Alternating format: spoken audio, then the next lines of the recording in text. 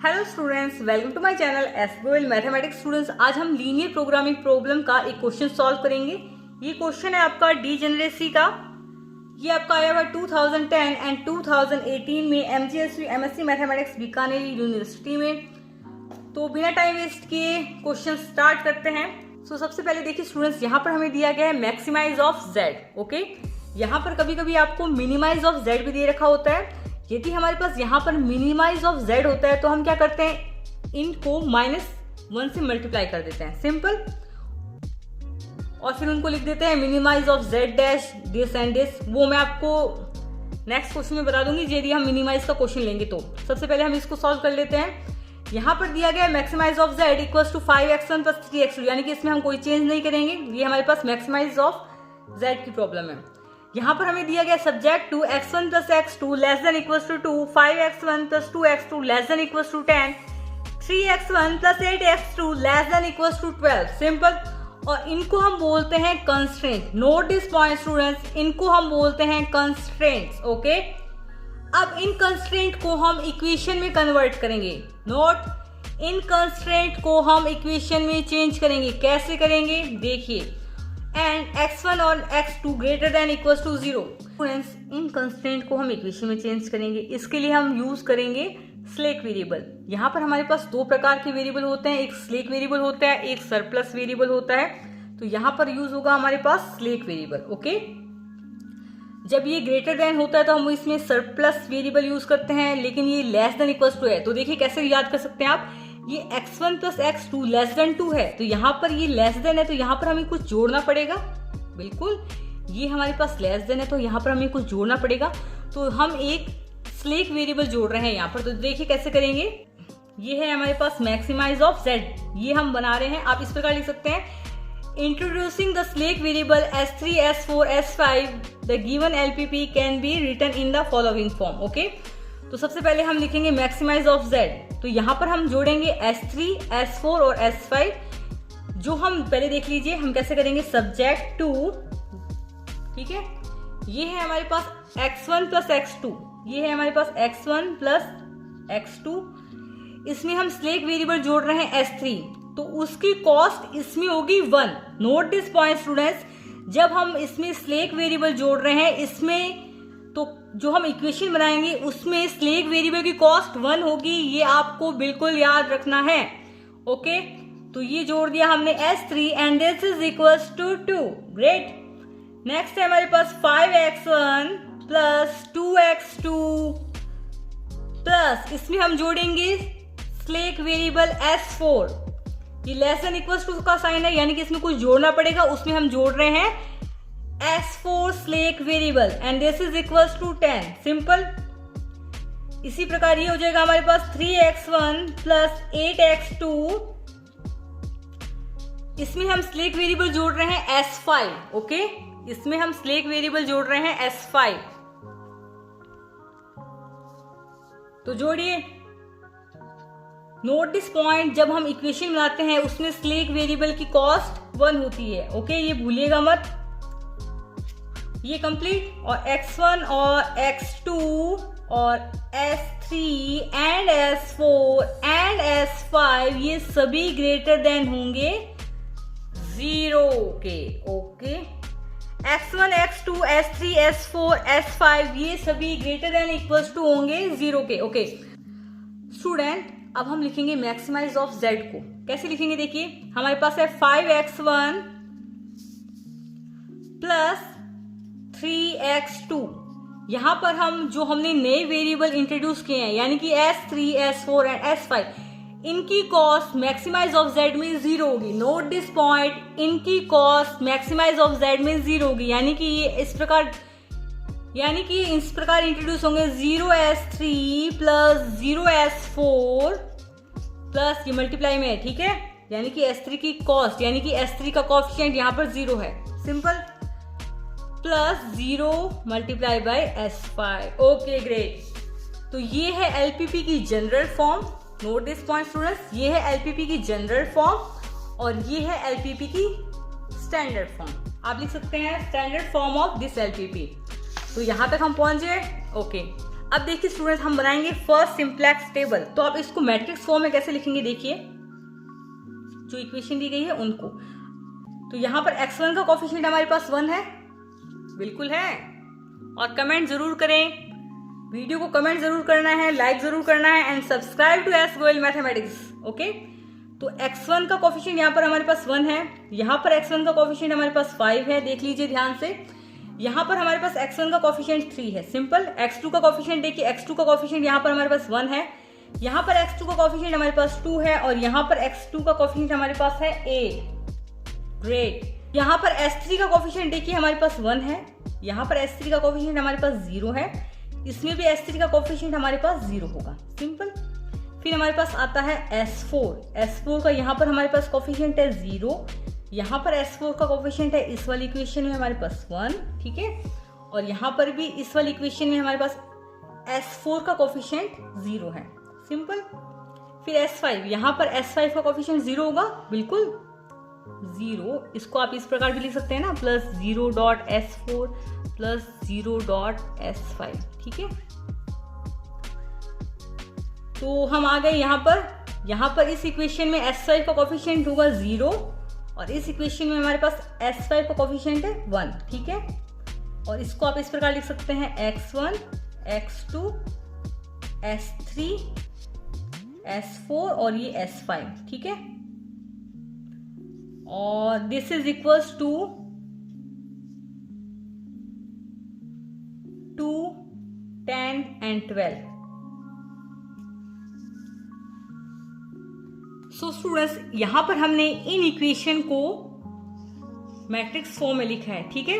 आप इसको इस प्रकार भी जान सकते हैं, ये हो गया हमारे पास a, ये हो गया हमारे पास x, this is equals to b। Okay, अब हम बनाएंगे फर्स्ट सिंप्लेक्स टेबल, या उसको हम बोलते हैं इनिशियल सिंप्लेक्स टेबल। तो देखिए स्टूडेंट्स, ये है हमारी फर्स्ट सिंप्लेक्स टेबल, इसे हम इनिशियल सिंप्लेक्स टेबल भी बोलते हैं। तो यहाँ पर मैं आपको समझा देती हूँ। आपको इस प्रकार की टेबल बनानी है, वैल्यूज आप एक बार मत लिखिए, आपको यहाँ लिखना है CB, फिर आपका आएगा B, फिर आपका आएगा XB, फिर यहाँ पर जो हमारे बेसिक वेरिएबल है x1 x2 s3 s4 and s5, यहाँ पे आएगा आपका CJ, सिंपल। तो अब देखिए, सबसे पहले आप देखिए B को। स्टूडेंट्स, जब हम फर्स्ट सिंप्लेक्स टेबल या जब हम इनिशियल सिंप्लेक्स टेबल बना रहे हैं, तो हम बेसिक वेरिएबल में वो वेरिएबल लिखेंगे जो हमने अलग से इंट्रोड्यूस किए हैं। तो हमने अलग से इंट्रोड्यूस क्या किया है, s3 को, s4 को, s5 को, ठीक है। Basic variable x1 x2 s3 s4 s5, ये सभी हमारे पास बेसिक वेरिएबल होते हैं। लेकिन जब हम फर्स्ट सिंप्लेक्स टेबल, या इसको आप बोल सकते हैं जब हम इनिशियल सिंप्लेक्स टेबल बनाते हैं, तो हम बेसिक वेरिएबल में वो वेरिएबल लिखते हैं जो हमने अलग से इंट्रोड्यूस किए हैं।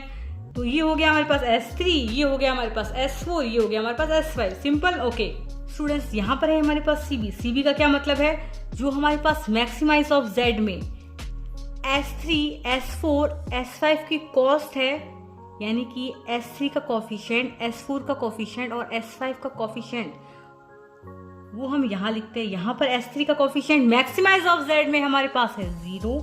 नोट दिस पॉइंट, यहाँ पर हम s3 s4 और s5 की वो वैल्यू ले रहे हैं जो हमारे पास मैक्सिमाइज ऑफ z में है, ठीक है, यानी कि कॉस्ट ऑफ बेसिक वेरिएबल।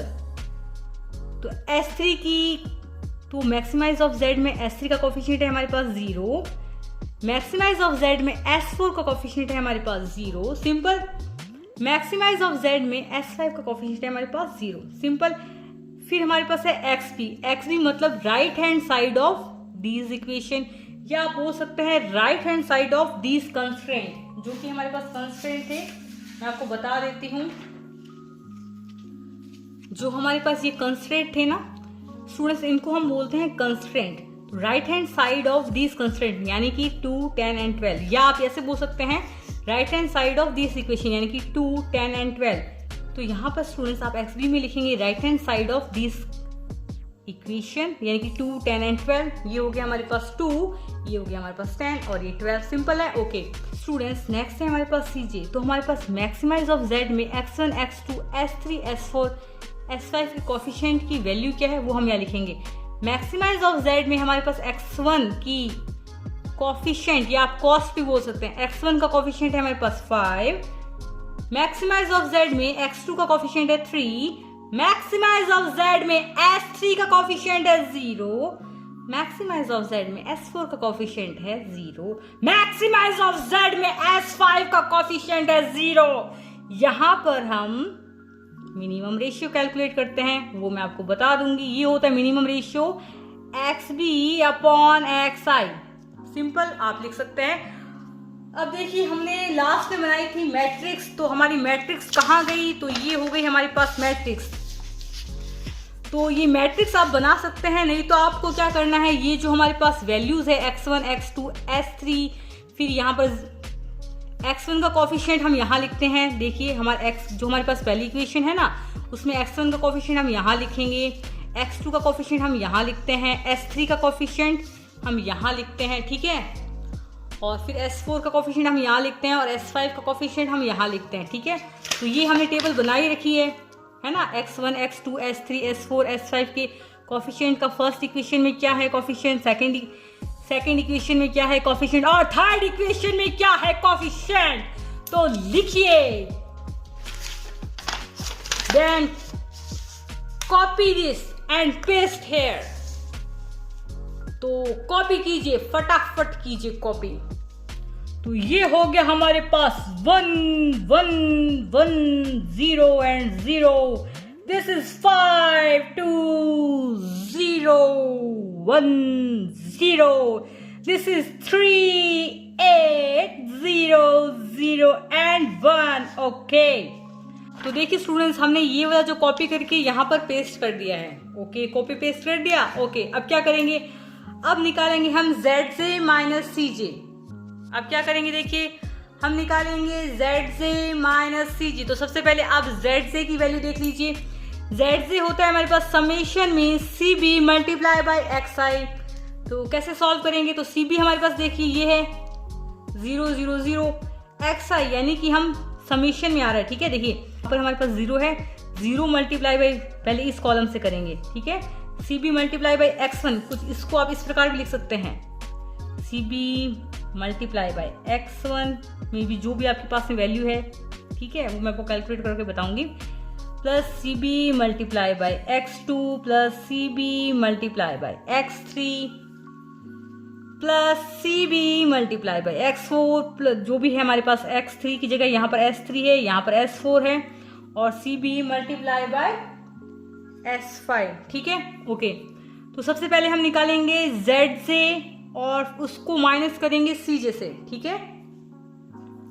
तो सबसे पहले स्टूडेंट्स हम निकालेंगे zj और उसको माइनस कर देंगे cj से। तो देखिए यहाँ पर जो हमारे पास इनिशियल सिंप्लेक्स टेबल होती है उसमें हमारी zj की वैल्यू हमेशा 0 होगी। कैसे होगी, क्योंकि जो हमने बेसिक वेरिएबल लिए हैं उनके कॉफिशिएंट 0 हैं, आप देख सकते हैं 0 0 0। तो नोट दिस पॉइंट स्टूडेंट्स, जब हम इसको पहले आप देख लीजिए कैसे सॉल्व करेंगे। तो सबसे पहले हमें zj निकालना होता है, वो होता है समेशन में cb मल्टीप्लाई बाई xi, ठीक है। तो हम फर्स्ट कॉलम के लिए करें, देखिए 0 मल्टीप्लाई बाई 1, ठीक है। देख लीजिए, एक करके मैं बता रही हूँ, फिर आप कर लीजिएगा। 0, ठीक है, multiply by 1 plus 0 multiply by 5, ठीक है, ये आपको समझना है। फिर आपका आएगा फिर वापस में plus 0 multiply by 3 plus 0 multiply by 3। तो यहाँ पर कॉफिशिएंट हमारे पास 0 है 0 है 0 है, तो वैल्यू भी हमारे पास zj की यहाँ पर आ रही है 0, ठीक है। अब इस zj की वैल्यू हमारे पास यहाँ पर आ रही है 0। आप इस प्रकार एक टेबल और बना सकते हैं कि zj की वैल्यू हमारे पास यहाँ पर भी 0 आ रही है। तो सेकंड कॉलम के लिए भी आप देख सकते हैं 0 मल्टीप्लाई बाई 1, मैं आप लिख देती हूँ, यहीं पर कंफ्यूज हो जाता है बच्चे। 0 मल्टीप्लाई बाई 1 सेकंड कॉलम के लिए, ठीक है, इस प्रकार करेंगे। Plus 0 multiply by 2, 0 multiply by 2 plus 0 multiply by 8, 0 multiply by 8। तो यहाँ पर भी हमारे पास zj की वैल्यू सेकंड कॉलम के लिए भी 0 आ रही है। इसी प्रकार थर्ड कॉलम के लिए देख लीजिए, 0 multiply by 1 0 plus 0 multiply by 0 0 plus 0 multiply by 0 तो ये हमने यहाँ पर थोड़ी सी गड़बड़ कर दी है, ये आपको यहाँ नहीं लिखना है।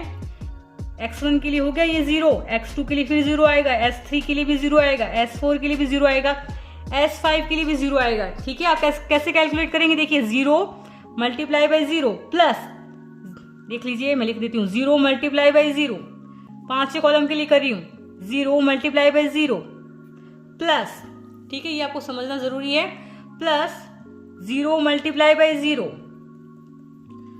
प्लस 0 मल्टीप्लाई बाई 1, ये 0 आएगा। तो फर्स्ट सिंप्लेक्स टेबल जो हमारी होती है उसमें हमारे पास ZJ की वैल्यू 0 ही होती है। Great, okay. अब देखिए हम करेंगे ZJ माइनस CJ। अब हम करेंगे ZJ माइनस CJ। तो देखिए कैसे करेंगे हम ZJ माइनस CJ। वीडियो में बने रहें, और तो वीडियो में बने रहें। तो चलिए हम करते हैं ZJ माइनस CJ। कहाँ गया हमारा ZJ? ये रहा हमारा ZJ। ZJ है हमारे पास 0, CJ है हमारे पास 5 एंड 0। ZJ 0 है, माइनस CJ माइनस 5, CJ की वैल्यू 5 है, 0 minus 5 equals to minus 5। Okay, तो आप इस प्रकार भी ध्यान रख सकते हैं कि जो हमारे पास फर्स्ट सिंप्लेक्स टेबल होती है उसमें हमारी ZJ माइनस CJ की वैल्यू हमेशा माइनस CJ होती है, बिकॉज इसमें हमारा ZJ तो 0 हो जाएगा फर्स्ट सिंप्लेक्स टेबल में, तो माइनस CJ ही तो बचेगा। कॉमन सेंस की बात है। ठीक है, तो ये हो गया हमारे पास -5। फिर हमारे पास ZJ क्या है सेकंड कॉलम में? ये देखिए 0 -3। ZJ हमारे पास 0 है, CJ हमारे पास 3 है, 0 -3 0। ZJ ये हो गया माइनस, CJ क्या है 3 एंड दिस वैल्यू क्या हुई? क्या हुई बताओ? -3 तो हुई, ये -3। फिर ZJ माइनस CJ तो क्या? ये 0 -0 0, ये 0 -0 0 एंड दिस 0 -0, ये हो गया 0। आपका हो गया ZJ माइनस CJ। स्टूडेंट्स आपका कंप्लीट हो गया ZJ माइनस CJ। इसमें हमारे पास आ रहा है -5 -3 0 0 0। तो यहां पर आपको देखना है मोस्ट नेगेटिव वैल्यू क्या है। यहां पर हमारे पास मोस्ट नेगेटिव वैल्यू आ रही है ये -5। तो ये हो गया हमारे पास इनकमिंग। स्टूडेंट्स यहां पर -5 हमारे पास मोस्ट नेगेटिव है, यानी कि मोस्ट नेगेटिव वाला कॉलम देखिए ये वाला। तो यहां पर हमारे पास इनकमिंग वेरिएबल होगा x1।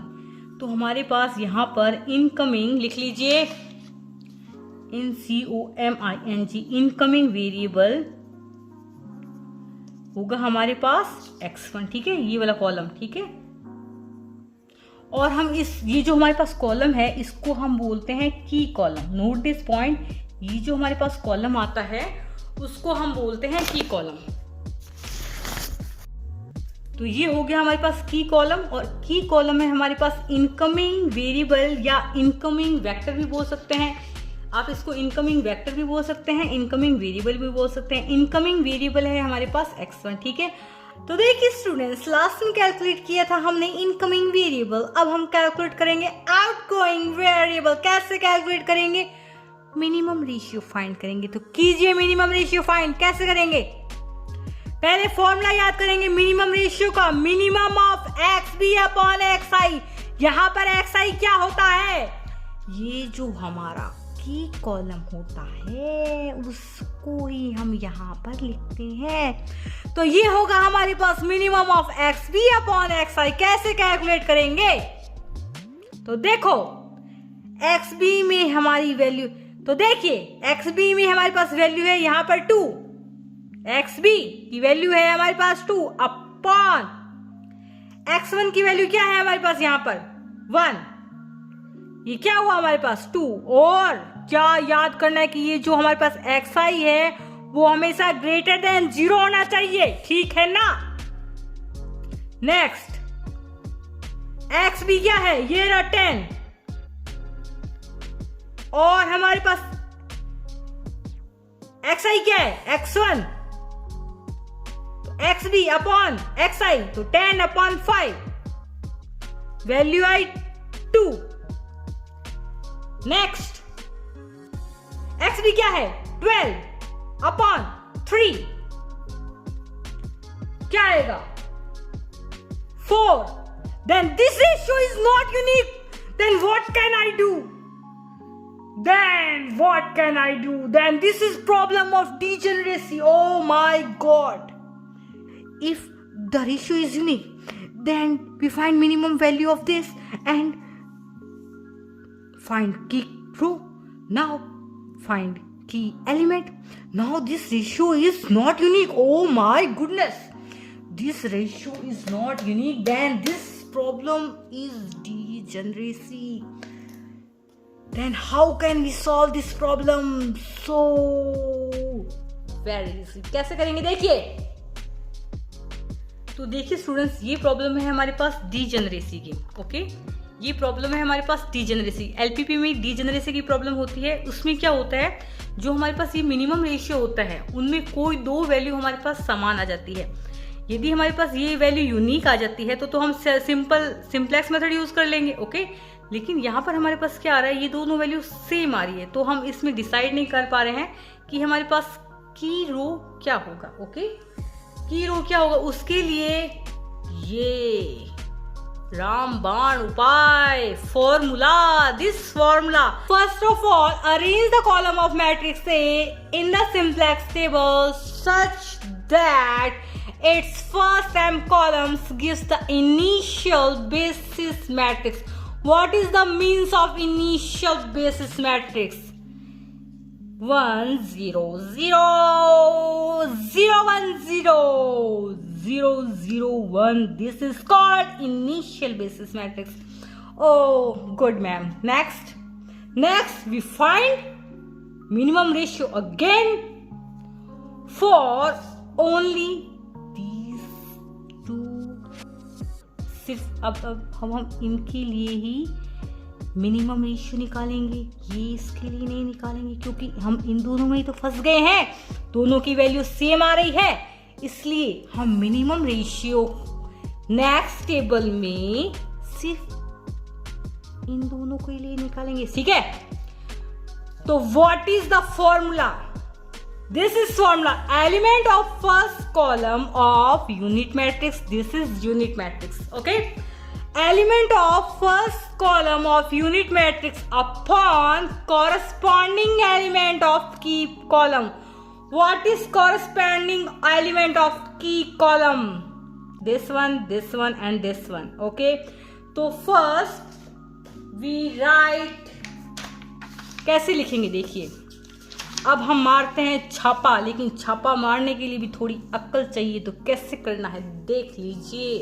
फर्स्ट 3 कॉलम को हम बनाएंगे इनिशियल सिंपलेक्स टेबल। तो आप देख सकते हैं S3 S4 S5, तो आप देख सकते हैं ये होगी हमारे पास इनिशियल सिंपलेक्स टेबल 1 0 0 0 1 0 एंड 0 0 1। ठीक है, तो यहाँ पर आपका देखिए आएगा S3, आप देख सकते हैं यहाँ पर आएगा आपके पास में S3, यहाँ पे आएगा S4, यहाँ पे आएगा आपका S5, फिर आप यहाँ पर लिखेंगे x1 और यहाँ पर x2। सिंपल। ओके, S3 की वैल्यू हमारे पास यहाँ पर 0 है, वो मैक्सिमाइज z में S3 का कोफिशिएंट 0 है, S4 का 0 है, S5 का 0 है। ठीक है, x1 का हमारे पास 5 है और x2 का हमारे पास 3 है। यहाँ तक पहुँचे? ठीक है, अब देखिए ये भी सेम ही होगा आपके पास में। CB की वैल्यू यहाँ पर S3 S4 और S5। ठीक है, ये वाला चेंज हो रहा है। ठीक है, यहाँ पर हम चेंज करेंगे, यहाँ पर हम इसको बनाएंगे,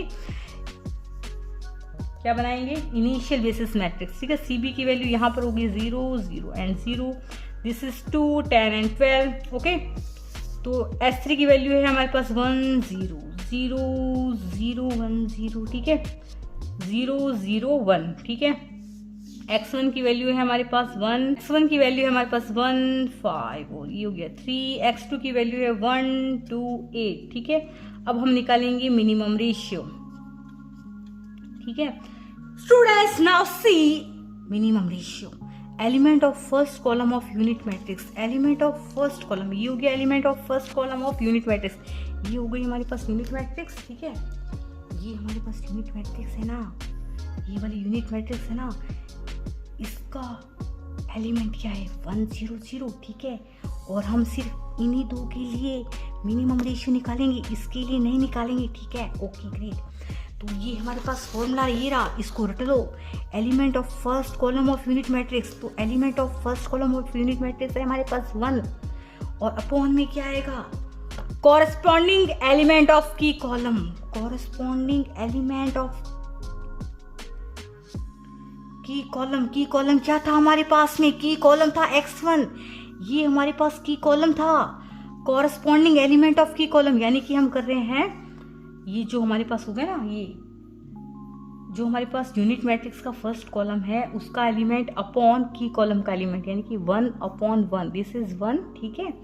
और ये हो गया हमारे पास यूनिट मैट्रिक्स का एलिमेंट, ये हो गया 0 अपॉन की कॉलम का एलिमेंट, ठीक है, 0/5 की हो गया हमारे पास 0, ठीक है। इसको हम कैलकुलेट नहीं करेंगे। अब इन दोनों में मिनिमम क्या है 0, अगर ये 0 है तो ये वाला हमारा हो जाएगा की रो, ये हमारे पास की कॉलम हो गया। मैं लिख देती हूं, एग्जाम में नहीं लिखना है, ठीक है, ऐसे की कॉलम, ठीक है। और ये हो गई हमारे पास की रो, और ये हो गया हमारे पास क्या की एलिमेंट, ठीक है। अब हमें जो हम नेक्स्ट सिंप्लेक्स टेबल बनाएंगे, ओके, पहले हमें ZJ माइनस CJ भी कैलकुलेट करना है, तो वो तो हम कैलकुलेट कर चुके हैं पहले ही, लेकिन फिर इसमें ये होगा ना, तो ZJ की वैल्यू हमें पता ही है 0 ही आएगी फर्स्ट सिंप्लेक्स टेबल में। ये थोड़ी सी इसका आप लिख सकते हैं कि ये फर्स्ट सिंप्लेक्स टेबल ये है, वैसे तो फर्स्ट सिंप्लेक्स टेबल ही है। ये 0 यहाँ पर आएगा -5, ये -3, ये हो गया हमारे पास entering vector x1। Incoming vector भी बोल सकते हैं, एंटरिंग वेक्टर भी बोल सकते हैं। इनकमिंग, इन COMING, इनकमिंग वेक्टर है हमारे पास क्या x1 और आउटगोइंग वेक्टर है हमारे पास S4, ठीक है। इतना हो गया। अब हम बनाएंगे नेक्स्ट सिंप्लेक्स टेबल जिसमें हम इनकमिंग वेरिएबल हमारे पास क्या है, देखिए x1, तो और आउटगोइंग वेरिएबल हमारे पास क्या है S4। तो यहाँ पर नेक्स्ट सिंप्लेक्स टेबल में हम S4 की जगह यहाँ पर लिखेंगे x1, ठीक है। स्टूडेंट्स, नेक्स्ट जो हम सिंप्लेक्स टेबल लिखेंगे उसमें हम ये जो की एलिमेंट है इसको हम बनाएंगे 1, और ये वाली जो वैल्यू है और ये वाली जो वैल्यू है इनको हमें इसकी रो की सहायता से 0 करेंगे। तो देखिए कैसे करेंगे, हम इसको बनाएंगे 1, इसको 1 बनाने के लिए हम इस पूरी रो को 5 से डिवाइड करेंगे, यानी कि 10/5 हो जाएगा, 0/5 हो जाएगा, 1/5 हो जाएगा, 0/5 हो जाएगा, 5/5 हो जाएगा, 2/5 हो जाएगा। ये जो रो आएगी ना ये वाली, उसमें इसी रो की सहायता से हम इसमें 0, इसको 0 बनाएंगे और इसको 0 बनाएंगे। तो देखिए कैसे करेंगे, तो पहले आप इतना समझ लीजिए, हो गया। तो अब हम बनाते हैं नई सिंप्लेक्स टेबल। तो ये हम ये तो हमारे पास फर्स्ट स्टार सिंप्लेक्स टेबल बोल सकते हैं। ये जो हमने कैलकुलेशन की है वो आप यहां भी कर सकते हैं, नहीं तो आप इस प्रकार नई टेबल बनाकर भी कर सकते हैं, जैसी आपकी इच्छा हो। तो चलिए हम बनाते हैं नेक्स्ट सिंप्लेक्स टेबल जो कि है हमारी सेकंड सिंप्लेक्स टेबल। तो चलिए स्टूडेंट्स नेक्स्ट टेबल बना लेते हैं। सबसे पहले हम यहाँ लिखेंगे CJ, ये हमारा XB ही रहेगा, ये हमारा B ही रहेगा, ये हो जाएगा हमारे पास CB, ये होगा हमारे पास S3, S4, S5, X1 and X2, ये हमारा सेम ही रहेगा, ठीक है। यहाँ पर आपका है मिनिमम रेशियो, ठीक है, ओके। तो सबसे पहले देखिए हमारे पास इनकमिंग वेक्टर क्या है, हमारे पास इनकमिंग वेक्टर है x1 और आउटगोइंग वेक्टर है S4। तो यहाँ पर हमारे पास S4 आउटगोइंग वेक्टर है, ठीक है। तो S4 की जगह हमारे पास इनकमिंग वेक्टर है x1, तो S4 की जगह हम लिखेंगे x1, ठीक है। तो सबसे पहले हमारे पास बेसिस में होगा S3, फिर हमारे पास इनकमिंग वेरिएबल भी बोल सकते हैं, इनकमिंग वेक्टर हमारे पास क्या है x1, फिर हमारे पास है S5, ठीक है, ओके। CB, पहले हम CJ लिख लेते हैं। CJ हमारे पास है S3 की वैल्यू है 0, S4 की 0, S5 की 0, X1 की 5 एंड X2 की है हमारे पास 3। S3 की कॉस्ट यहाँ पर हमारे पास क्या है, देखिए 0, X1 की वैल्यू हमारे पास है 5 या कॉस्ट भी बोल सकते हैं, x1 की वैल्यू है हमारे पास 5, यहाँ पर लिख देंगे 5। S5 की कॉस्ट हमारे पास क्या है 0। सिंपल। अब देखिए स्टूडेंट्स हमें क्या करना है, ये है हमारे पास में की रो, है ना। की रो में हमारे पास ये जो की एलिमेंट है उसको हमें, ये जो नेक्स्ट टेबल है उसमें हमें इस की एलिमेंट को 1 करके लिखना है। तो इसको 1 करके हम कैसे लिखेंगे, तो स्टूडेंट्स इसको हम 1 कैसे करेंगे, ये जो पूरी रो है इसमें आपको 10 को भी लेना है, ठीक है। ये जो पूरी रो है, ये वाली है ना रो, इसमें ये जो पूरी रो है ना ये वाली, इसमें हम 5 का भाग देंगे, ठीक है। तो ये देखिए 10/5 हमारे पास क्या हो जाएगा, मैं लिख के बता रही हूँ, 10/5 हमारे पास 2 हो जाएगा, 0/2 0 रहेगा, ये हो जाएगा हमारे पास 1/5। सिंपल है।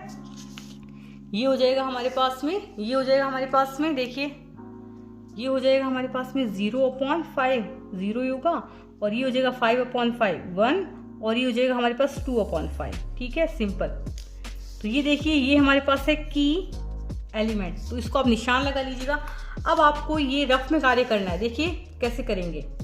तो ये जो हमारे पास ये जो नई वाली रो आई है इसको आप बोल सकते हैं R2 रो, ठीक है। इसको हम R2 रो बोल सकते हैं। सिंपल। ये हो गई हमारे पास R2 रो, ठीक है। अब हमें इस R2 रो की मदद से ये जो वाला R1 हमारे पास, इसको हम मान लेते हैं R1, देखिए इसको हम मान लेते हैं R1, ये हो गया हमारे पास R2, ये हो गया हमारे पास R3। R3 रो में हमें ये जो एलिमेंट है इसको 0 करना है नई वाली R2 की मदद से, और हमें ये वाला एलिमेंट है इसको भी हमें 0 करना है, ठीक है। की एलिमेंट को हमने 1 कर दिया। अब की एलिमेंट को 1 करने के बाद हमारे पास ये रो आई। अब इस रो की मदद से हमें यहाँ पर 0 बनाना है और यहाँ पर 0 बनाना है। तो कैसे करेंगे, तो देखिए ये हो गई हमारे पास R2, ठीक है। अब हमें निकालना है R1 और ये R3। तो R1 को हम कैसे निकाल सकते हैं, R1 इक्वल्स टू, आप देख लीजिए R1 इक्वल्स टू, हमें निकालना है R1, ठीक है। R1 में देखिए हमारे पास ये जो एलिमेंट है 1, इसको हमें 0 करना है इस नई वाली रो की सहायता से। तो मैं क्या R1 को इस प्रकार लिख सकती हूँ, R1 माइनस R2, क्योंकि देखिए यहाँ पर भी 1 है और ये वाला हमारे पास एलिमेंट है 1 है।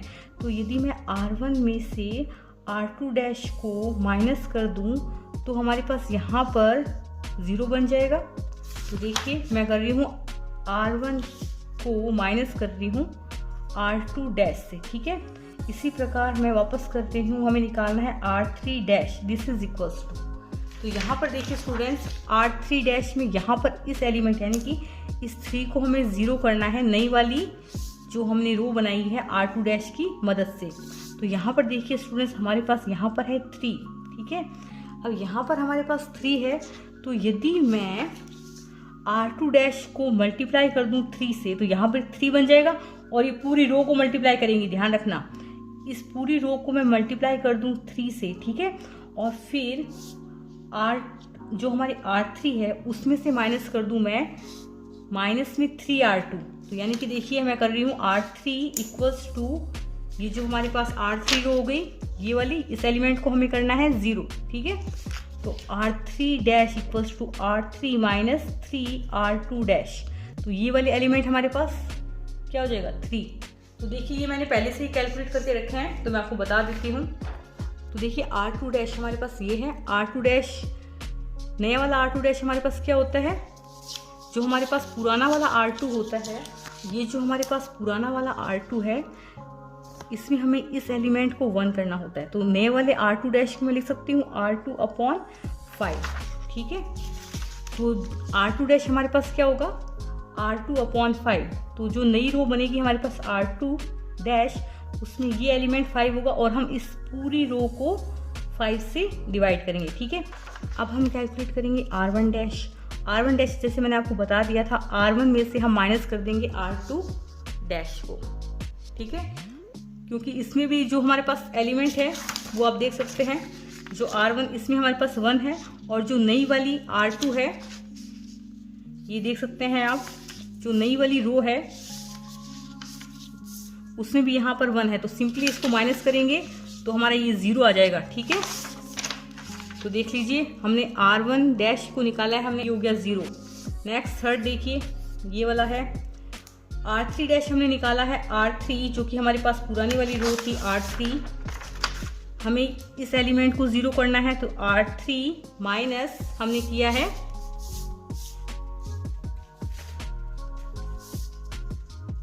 3। इस एलिमेंट को हम 3 से मल्टीप्लाई करेंगे तभी तो हम माइनस करेंगे, तो यहाँ पर 0 आएगा ना नई वाली टेबल में। तो R3 डैश को हमने लिखा है R3 माइनस 3R2 डैश। तो ये देखिए हमारा ये वाला जो एलिमेंट था वो हो गया 0, ठीक है। और आप वैल्यू कैलकुलेट कर लीजिएगा, मैंने आराम से सारी वैल्यू अच्छे से कैलकुलेट करके लिखी है, तो आप इसका स्क्रीनशॉट ले लीजिए। तो हमारे पास नेक्स्ट टेबल जो हमारे पास नई वाली टेबल होगी उसमें हम वैल्यूज लिख देते हैं। तो अब आपको सिंपली ये करना है, इसके ऊपर वाली वैल्यू को 0 करना है और इसके नीचे वाली वैल्यू को 0 करना है, ठीक है। यहाँ पर हम वैल्यूज फिल कर लेते हैं। R1 डैश की वैल्यू है हमारे पास 0, 1 माइनस 1/5, 0 ये हो गया 0 और ये आ रहा है हमारे पास 3/5। और हमारे पास R3 डैश है, ये इसकी वैल्यू आ रही है 6, 0 माइनस 3/5, 1 ये आ गया 0 और ये हो गया 34/5, ठीक है। अब हम कैलकुलेट करेंगे मिनिमम रेशियो। तो स्टूडेंट्स सबसे पहले हम निकाल लेते हैं ZJ माइनस CJ। तो देखिए ZJ माइनस CJ, देखिए कैसे कैलकुलेट करते हैं। ZJ आपको पता है CB, ZJ क्या होता है CB समेशन में CB मल्टीप्लाई बाय XI, है ना, इनको मान सकते हैं। तो सबसे पहले देखिए हम फर्स्ट कॉलम के लिए करते हैं, तो ये 0 multiply by 1 0, 5 multiply by 0 0, 0 multiply by 0, तो माइनस चीज़ें करेंगे तो ये 0 आ रहा है। 0 के इसके साथ मल्टीप्लाई करेंगे 0, 5 मल्टीप्लाई बाई 1/5 ये 1 आएगा, और इसकी करेंगे इसके साथ 0, तो ये हो रहा है हमारे पास ये वैल्यू क्या आ रही है 1 माइनस 0 1, ठीक है। 0 के इसके साथ करेंगे 0, 5 की इसके साथ करेंगे 0 के साथ 0 ही आएगा, 0 की 1 के साथ करेंगे 0 माइनस 0, ये भी 0 आ रहा है। 0 की 0 के साथ 0, 5 मल्टीप्लाई बाई 1 क्या आया 5, ये आ गया हमारे पास प्लस 0 मल्टीप्लाई बाई 0 0, तो 5 है ना, Z आया हमारे पास 5 माइनस 5 ये हो गया 0। नेक्स्ट देखिए ये हो जाएगा हमारे पास 0 multiply by 3/5, 0 plus 5 multiply by 2/5 क्या हुआ 2, ठीक है, प्लस ये हो जाएगा 0, 2 माइनस 3 क्या आ जाएगा -1। तो मोस्ट नेगेटिव क्या है स्टूडेंट्स, लास्ट वैल्यू आई है हमारे पास -1, तो इन सब में मोस्ट नेगेटिव कौन सा है -1, तो -1 मोस्ट नेगेटिव है, तो x2 हमारे पास में क्या हो जाएगा इनकमिंग वेरिएबल, तो इनकमिंग वेरिएबल हो गया हमारे पास x2, सिंपल। अब हम निकालेंगे, जैसे ही हमने इनकमिंग वेरिएबल निकाला अब हम निकालेंगे आउटगोइंग वेरिएबल। आउटगोइंग वेरिएबल निकालने के लिए हमें निकालना होता है मिनिमम रेशियो। मिनिमम रेशियो हमारे पास क्या होता है XP अपॉन जो भी हमारे पास की कॉलम होता है, तो की कॉलम है हमारे पास x2, तो कैसे करते हैं XB है हमारे पास 0 अपॉन की कॉलम का एलिमेंट क्या है 3/5, ये हो गया हमारे पास 0। XB की वैल्यू यहाँ पर हमारे पास क्या है 2/5, इसको आप कैलकुलेट कर लेंगे।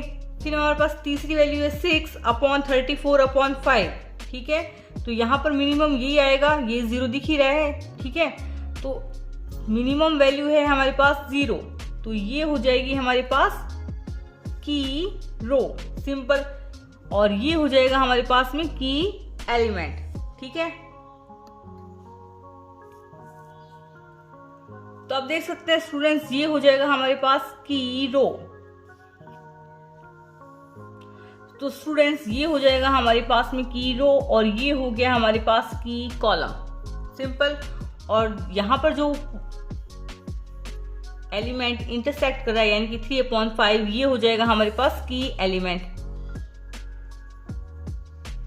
स्टूडेंट्स अब सेम प्रोसेस है, मैं आपको डायरेक्ट बता रही हूँ, ठीक है। अब देखिए ये हमारे पास जो की एलिमेंट है उसको अगली टेबल में हम क्या करेंगे 1 बनाएंगे, तो इस पूरी रो को 5/3 से मल्टीप्लाई करेंगे। तो देखिए ये एलिमेंट, यदि मैं इस एलिमेंट का बताऊं सिर्फ आपको, तो देखिए 3/5 को हम मल्टीप्लाई करेंगे 5/3 से, तो ये 3 से 3 गया, ये 5 से 5 गया, और हमारे पास बच गया 1। ठीक है,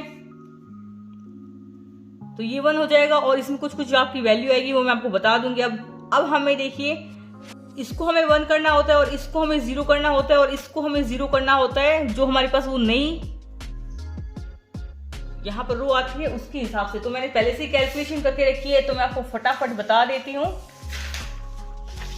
तो आपका थोड़ा इजी रहेगा। तो आप देख सकते हैं हमें इस रो में यहाँ पर 0 करना है, तो देख सकते हैं आप हमारे पास नई वाली रो आएगी। अब यहाँ पर हमारे पास 1 आ गया और ये पूरी रो है आपकी नई वाली रो। सिंपल। अब हमें इस रो की सहायता से यानी कि R1 रो की सहायता से यहाँ पर 0 करना है। तो आप देख सकते हैं R1 में यहाँ पर 1 है, तो यदि मैं मल्टीप्लाई कर दूं यानी कि इस पूरे को मल्टीप्लाई कर दूंगी 2/5 से और उसको इस R2 में से माइनस कर दूं तो यहाँ पर हमारे पास 0 बच जाएगा, है ना। यहाँ पर हमारे पास 0 बन जाएगा तो हमारे पास वो नई टेबल आ जाएगी। तो देखिए यहाँ पर हमारे पास 0 बन रहा है। नेक्स्ट देखिए यहाँ पर R3 में यहाँ पर हमारे पास 34/5 है, इसको हमें 0 बनाना है। तो कैसे कर सकते हैं, जो हमारे पास नया R1 आया है उसमें यदि मैं 34/5 की मल्टीप्लाई कर दूं, ठीक है, और उसको माइनस कर दूं R3 से, तो यहाँ पर 0 बन जाएगा। जो भी ऑपरेशन लगाएंगे सारे रो में लगाएंगे, ठीक है। हम R2 कैसे निकालेंगे, R2 में से माइनस करेंगे 2/5 R1 को, ठीक है। इसी प्रकार हम R3 कैसे निकालेंगे, R3 में से माइनस कर देंगे 34/5 मल्टीप्लाई बाई R1 को। सिंपल। अब इसकी कैलकुलेशन मैंने कर रखी है, तो आप सिंपली कैलकुलेशन ही करनी है, इसमें कोई बताने की जरूरत नहीं है। हम पिछले 2 स्टेप में कैलकुलेशन कर चुके हैं। ये हो गई देखिए हमारे पास R1 R2 में से माइनस करेंगे 2/5 R1 तो आपकी कुछ ये वैल्यू आ जाएगी। सिंपल। फिर हम R3 निकालेंगे, उसमें हम R3 में से माइनस कर देंगे 34/5 R1 ठीक है। तो ये आपकी सारी वैल्यू आ जाएगी और ये वैल्यूज आप उठा के रख देंगे यानी कि R2 की और R3 की नई वाली टेबल में। तो हमने ये वैल्यू रख दी है। सिंपल। ओके। अब हमें निकालना है क्या, ZJ माइनस CJ। ZJ हमारे पास होता है समीशन में CB मल्टीप्लाई बाय XI। चलिए आपको ये कैलकुलेट करके बताते हैं, एकदम इजी है, पिछली बार की तरह वही सिंपल है। 3 मल्टीप्लाई बाय 5/3 ये आप रफ में करेंगे, ठीक है। वर्क जो करेंगे आप वो रफ में करेंगे। 3 multiply by 5/3 plus 5 multiply by -2/3, तो ये होगा आपका माइनस में 10/3, ये आएगा माइनस में 10/3, प्लस में आपका आ रहा है 0, तो ये हो जाएगा आपका 5 - 10/3, तो ये 3×5 = 15 - 10/3, दिस इज इक्वल्स टू 5/3, ठीक है। ये हो गया आपका 5/3, ठीक है। इस प्रकार आप सेकंड कैलकुलेट करेंगे तो ये 3 मल्टीप्लाई बाय -1/3, तो ये 3 मल्टीप्लाई बाय -1/3 हो गया ये आपका, प्लस 5 मल्टीप्लाई बाय 1/3, ठीक है, प्लस ये हो जाएगा आपका 0, तो ये हो गया आपका -1 प्लस 5/3, तो ये हो जाएगा 5 - 3/3, दिस इज 2/3, तो ये आ गया आपका 2/3। इसी प्रकार ये कैलकुलेट करेंगे, ये इजी है। देखिए 3 multiply by 0 0 plus 5 multiply by 0 0 0 multiply by 1 0, तो -0 करेंगे यानी कि -CJ करेंगे तो ये 0 आ जाएगा। तो यहाँ पर मैं -CJ भी कर रही हूँ, ठीक है ना। ये 5/3 ये हो गया ZJ, इसमें से माइनस करेंगे CJ यहाँ पर हमारे पास वैल्यू है इसलिए ये वापस 5/3 आ गया, ठीक है। इसी प्रकार 2/3 हमारे पास आया, क्या है 2/3 आया हमारे पास ZJ माइनस CJ के लिए हमारे पास CJ की वैल्यू 0 है तो वो 0 आ जाएगा, ठीक है। इसी प्रकार आप ये दोनों वैल्यू कैलकुलेट करेंगे, इजी है। देखिए 3 मल्टीप्लाई बाई 0 0, 5 मल्टीप्लाई बाई 1 5, ये हो जाएगा हमारे पास 0, है ना। 0 मल्टीप्लाई बाई 0, ठीक है। 5 मल्टीप्लाई बाई 1 क्या आएगा 5, ये हो गया ZJ 5 आया, -5 0, ठीक है, ये आ गया आपका 0। इसी प्रकार 3 मल्टीप्लाई बाई 1 क्या आया 3, और ये आपकी दोनों वैल्यू 0 हो जाएगी, 3 और ये -3 0, ठीक है। नोट दिस पॉइंट स्टूडेंट्स, जब हमारे ZJ माइनस CJ में सारी की सारी वैल्यू पॉजिटिव आ जाती है तो हमारा सॉल्यूशन ऑप्टिमल हो जाता है। अब यहाँ पर जो x1 के सामने वाली वैल्यू है वो x1 की है, यानी कि x1 की वैल्यू हो गई हमारे पास 2, x2 की वैल्यू हो गई हमारे पास 0। यही हमें निकालना था, x1 और x2 की वैल्यू। और S5 की वैल्यू आप बोल सकते हैं 6 है। इसी प्रकार S4 हमारा 0 हो जाएगा, S3 हमारा 0 हो जाएगा। ठीक है, फिर आप मैक्सिमम ऑफ z निकालेंगे। जो भी हमें मैक्सिमम ऑफ z दे रखा है, यानी कि मैक्सिमम ऑफ z हमें दे रखा है 5x1 + 3x2। इसमें हम x1 की वैल्यू रखेंगे जो कि है 2, और हम इसमें हम रखेंगे x2 की वैल्यू जो कि है 0। तो मैक्सिमम ऑफ z आ जाएगा हमारे पास 10। काफी इजी क्वेश्चन था, सेम स्टेप है। आपने एक क्वेश्चन कर लिया तो सारे के सारे क्वेश्चन इसमें सेम ही रहते हैं। यहाँ पर आप जो भी मेथड कर रहे हैं ऑपरेशन रिसर्च में, आपने एक मेथड अच्छे से कर लिया तो वो सारे के सारे फिर नेक्स्ट स्टेप सेम ही रहते हैं लगभग। आई होप आपको ये वीडियो पसंद आया होगा। ये वीडियो पसंद आया तो लाइक जरूर करें, कमेंट जरूर करें and subscribe to SQL mathematics. Thank you.